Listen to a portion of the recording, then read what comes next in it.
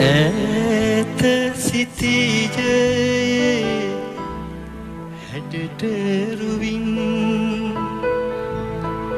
දිලෙන තරුව ඔබ නම්. ශ්‍රී ලංකාවේ සංගීත ඉතිහාසයේ හදවතට කතා කරන හඬක් කාලයත් සමග අමතක නොවන ගීත රැසක් අපට දායාද කරපු ගායකයෙක් සංගීතඥයෙක් ගීපද රචකයෙක් ඒ තමයි විශාරද ශර්ලි වෛජයන්ත මහතා.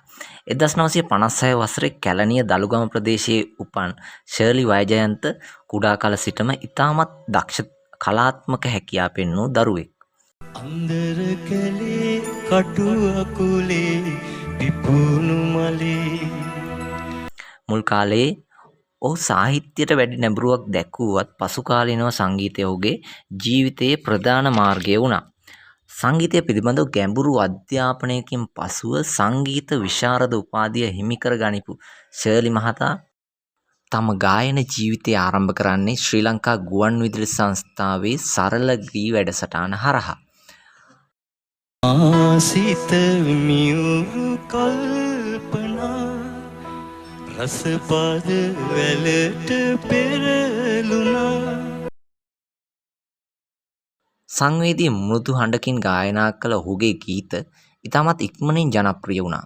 ඈත සිටියේ මල්මල් හිනාව, ආරාධනාවන්, ආයාචනාවන්, කවදාද ආයේ එන්නේ වැනි ගීත අදටත් ජනප්‍රියයි.